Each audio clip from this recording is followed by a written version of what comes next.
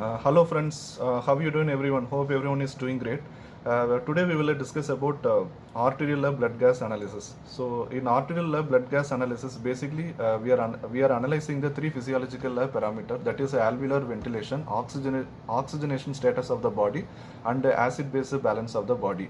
So first alveolar ventilation. How we are assessing the alveolar ventilation? We are assessing with the help of concentration of a PaCO2.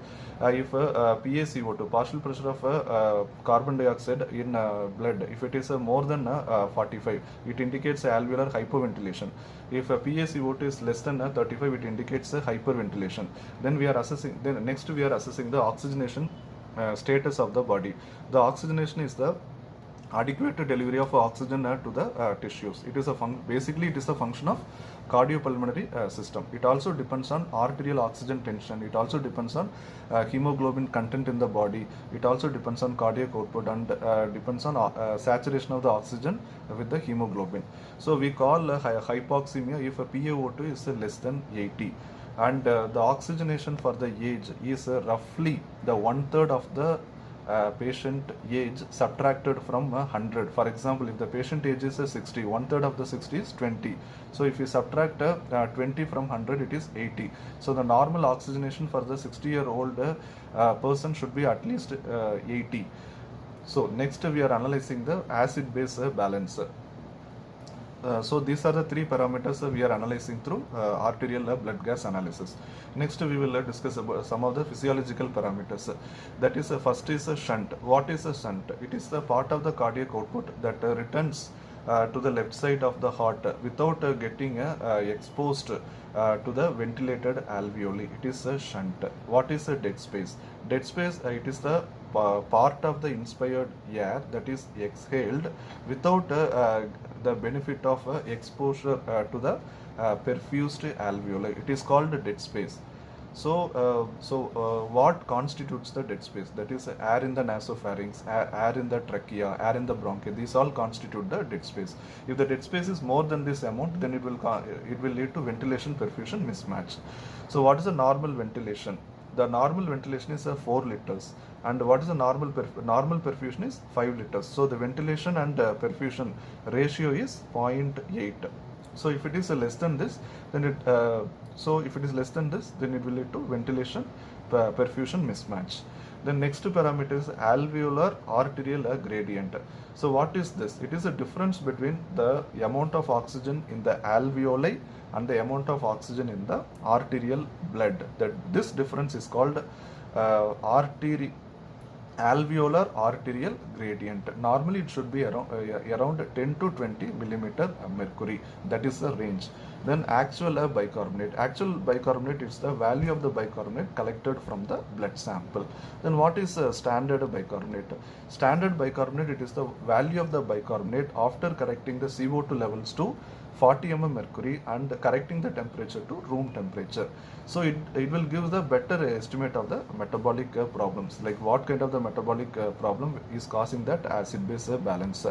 Then about base deficit or base excess. So base deficit or base excess, it is the amount of the standard bicarbonate that is deviated from the normal bicarbonate. That is we take it as base deficit or base excess. Sorry. Then what are the indications for ABG? Why we do ABG?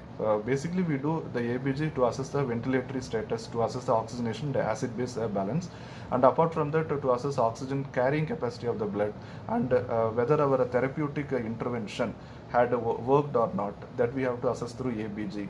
Like our ventilation, like ventilatory settings changes. Does it leads to any change in the blood parameter? Then circulatory intervention. So all this we have to assess only through ABG. Then next we see about the role of the kidney in maintaining the acid-base balance.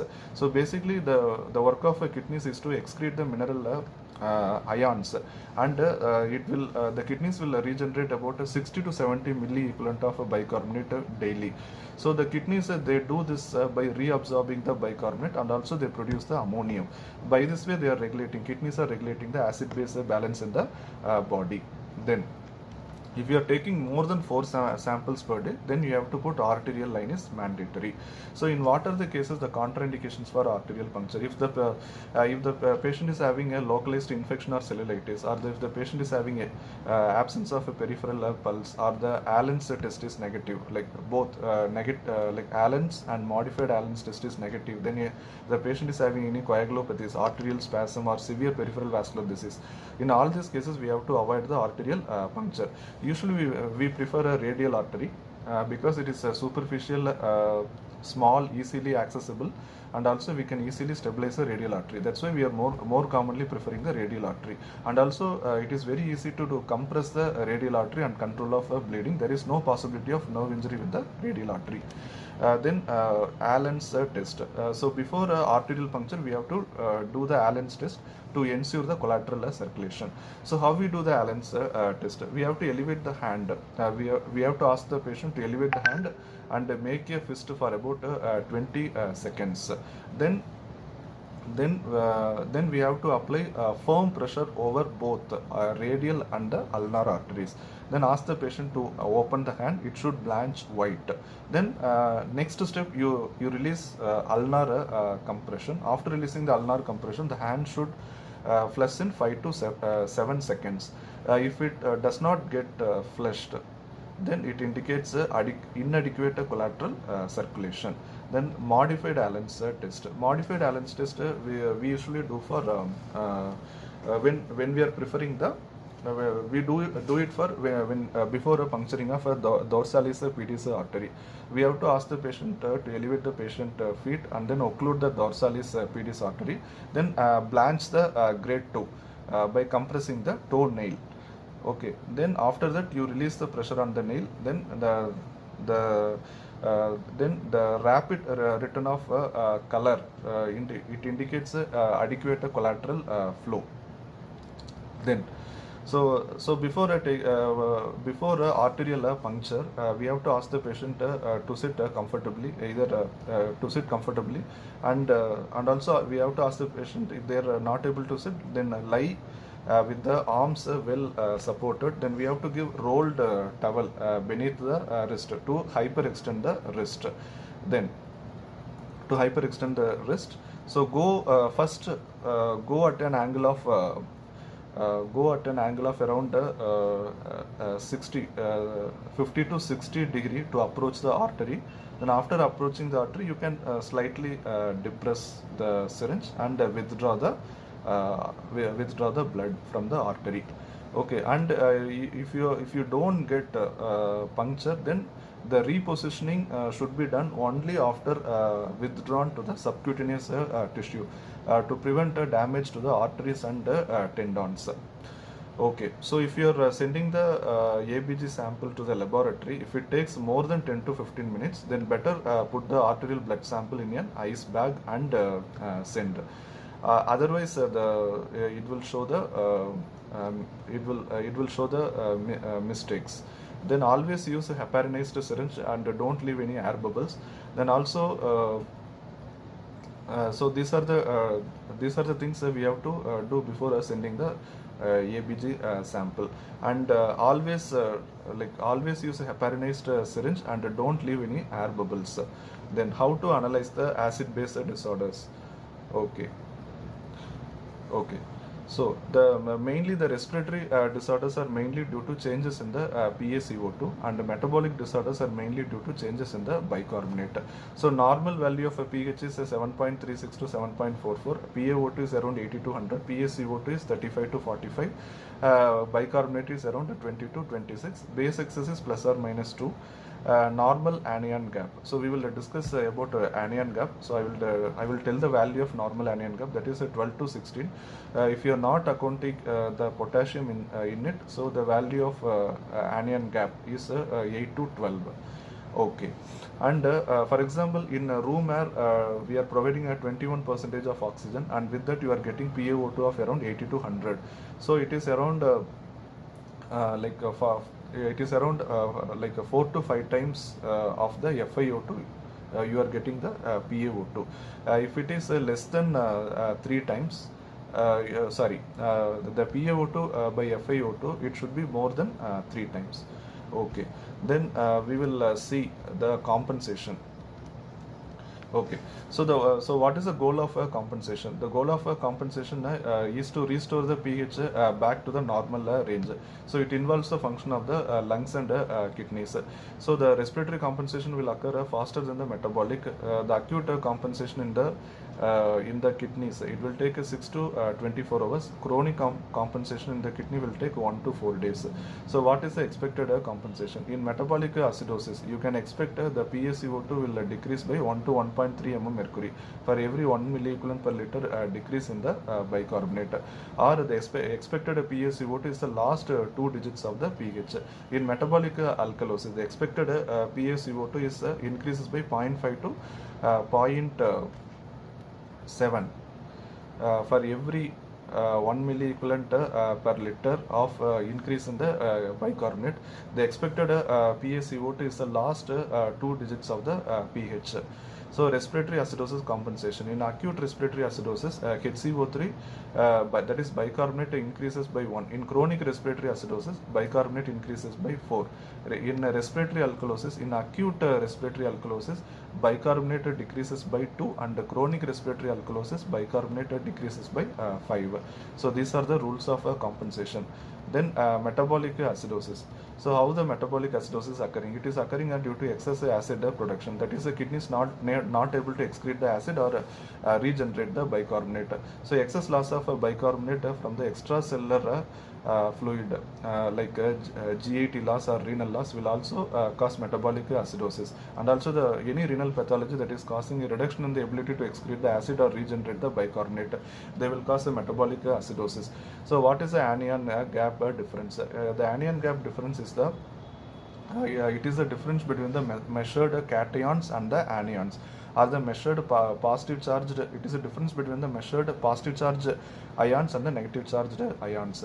So it is like the difference between the positive charged ions like sodium and potassium subtract minus the chloride and the bicarbonate. The normal value of anion gap is normal value is like 8 to 12.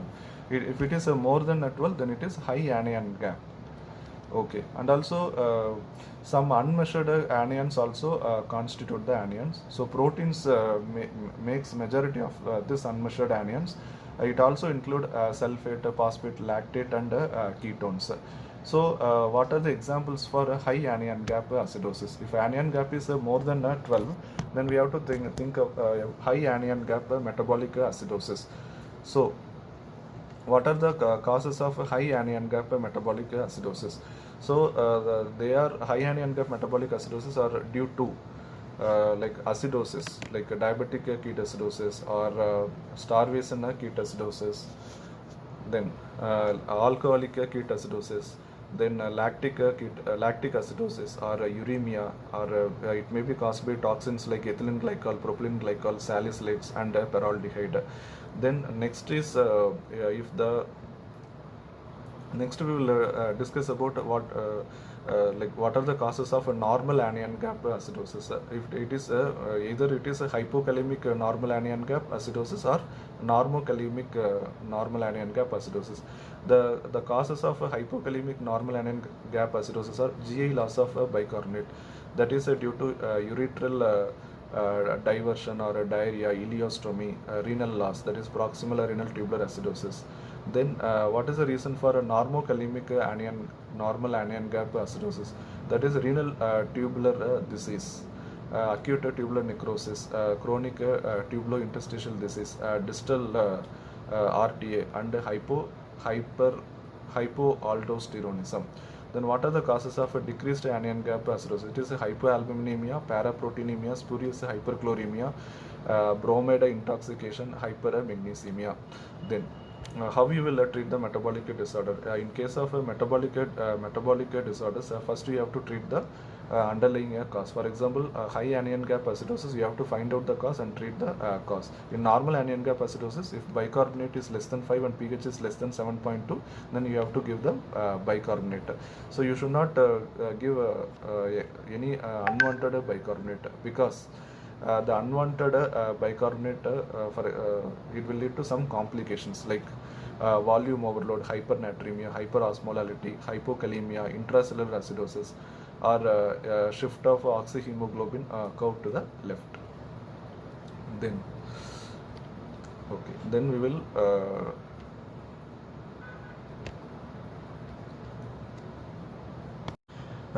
next we will see about metabolic alkalosis. That is the causes of metabolic alkalosis. It is due to loss of hydrogen ions. That is due to vomiting or usage of diuretics, or it is due to increased reabsorption of bicarbonate, as in case of low intravascular volume, hypokalemia, high PCO2, and also increased mineralocorticoids usage such as aldosterone, and also administration of alkali in the setting of renal impairment. For example, Ringer lactate, where the lactate is getting converted to bicarbonate in the liver, adding to this alkali pool.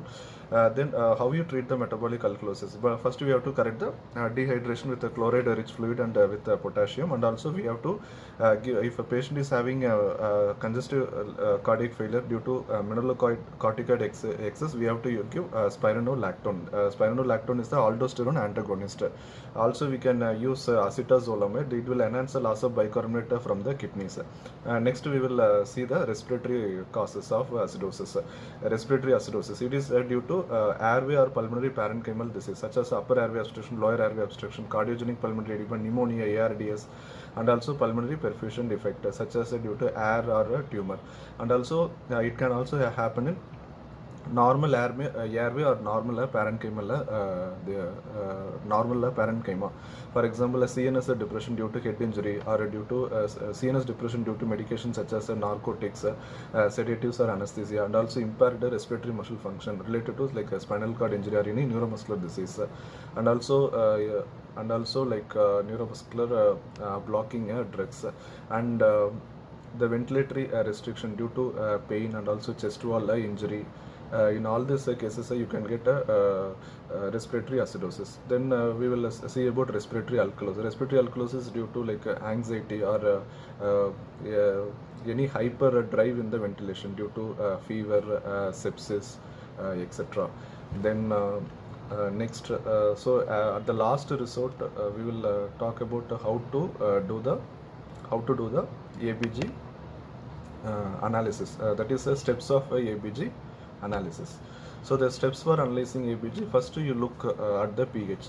If it is acidemia with a bicarbonate of less than 20, so this bicarbonate is leaning towards the acidemia, so it is a metabolic acidosis. The primary component is metabolic, and if the pH is acidemia and if PCO2 is more than 45, then the primary component will be respiratory component. If the pH is alkalemia with the bicarbonate is more than 28, it is metabolic alkalosis. If pH is alkalemia with the PCO2 less than 35, it is a respiratory alkalosis. If it is respiratory component acidosis or alkalosis, assess for the renal compensation. Then if it is metabolic component, if it is metabolic acidosis or alkalosis, then assess for respiratory compensation. If it is a metabolic acidosis, then check the anion gap, and if anion gap is high, normal or low, according to that you have to find out the cause and treat the metabolic acidosis. This is all about a brief analysis of ABG. Hope you enjoyed the video. Thank you very much. Have a nice day. Bye.